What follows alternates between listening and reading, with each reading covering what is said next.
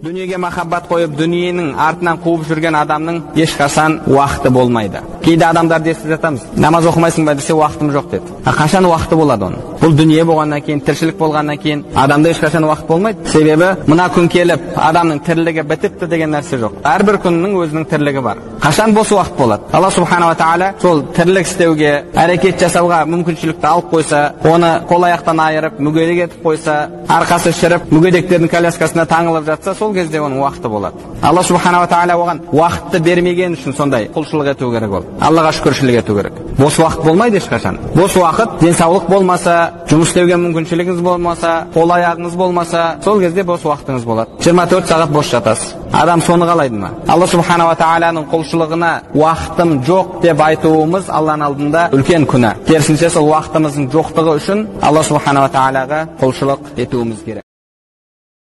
Дүниеге